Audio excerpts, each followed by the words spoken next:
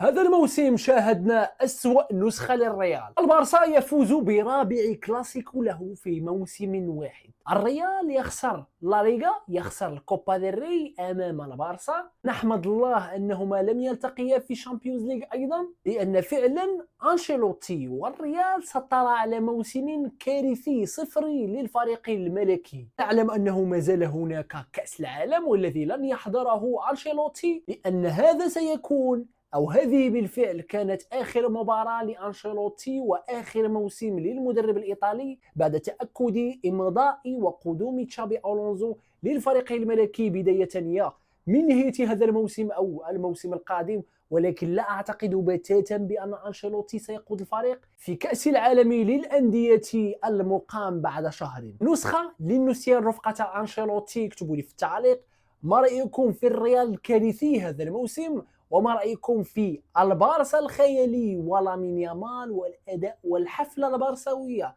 على مدار الموسم الحالي. اكتبوا لي في التعليق. لا تنسوا متابعتي زياد بن يوسف.